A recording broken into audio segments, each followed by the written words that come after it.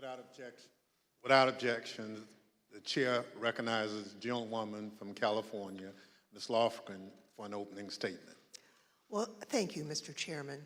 In our opening hearing, we gave an overview of our investigation into the January 6th attack. The plot to overthrow the election was complex and had many parts, which we'll explore in remaining hearings. But today, we examine the false narrative that the 2020 election was, quote, stolen.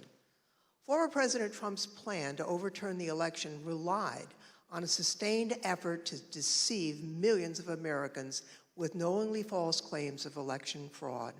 All elements of the plot relied on convincing his supporters about these false claims. Today, we'll demonstrate the 2020 election was not stolen. The American people elected President Joe Biden.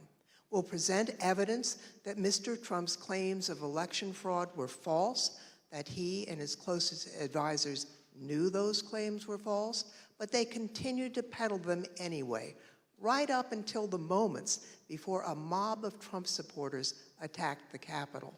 We'll also show that the Trump campaign used these false claims of election fraud to raise hundreds of millions of dollars from supporters who were told their donations were for the legal fight in the courts.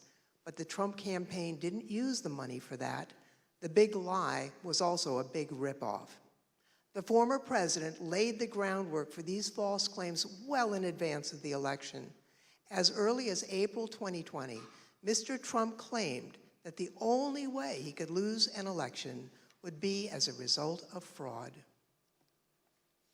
You know the things with bundling and all of the things that are happening with votes by mail, where thousands of votes are gathered, and I'm not going to say which party does it, but thousands of votes are gathered and they come in and they're dumped in a location, and then all of a sudden you lose elections that you think you're going to win. The only way we're going to lose this election is if the election is rigged. Remember that.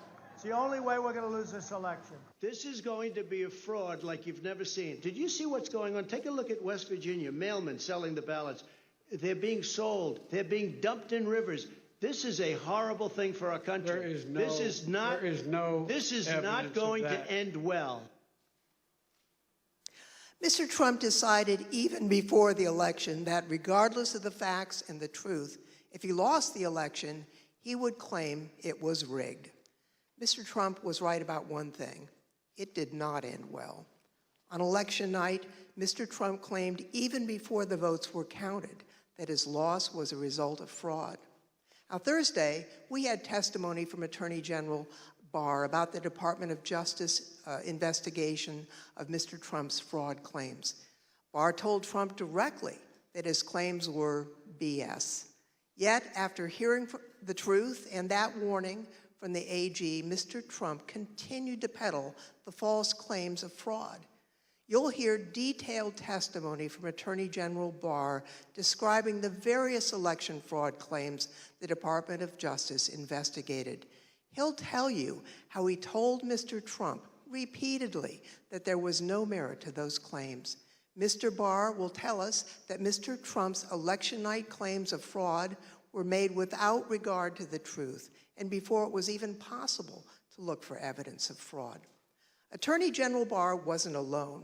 You'll see and hear today other Department of Justice officials and senior advisors to Mr. Trump that they told him the claims he was making were not supported by evidence. The election fraud claims were false. Mr. Trump's closest advisors knew it. Mr. Trump knew it. That didn't stop him from pushing the false claims and urging his supporters to, quote, fight like hell, to, quote, take back their country. After he lost the election, various legal challenges were made. You'll hear testimony today from a renowned Republican election litigation lawyer who will explain the normal process by which candidates challenge an election.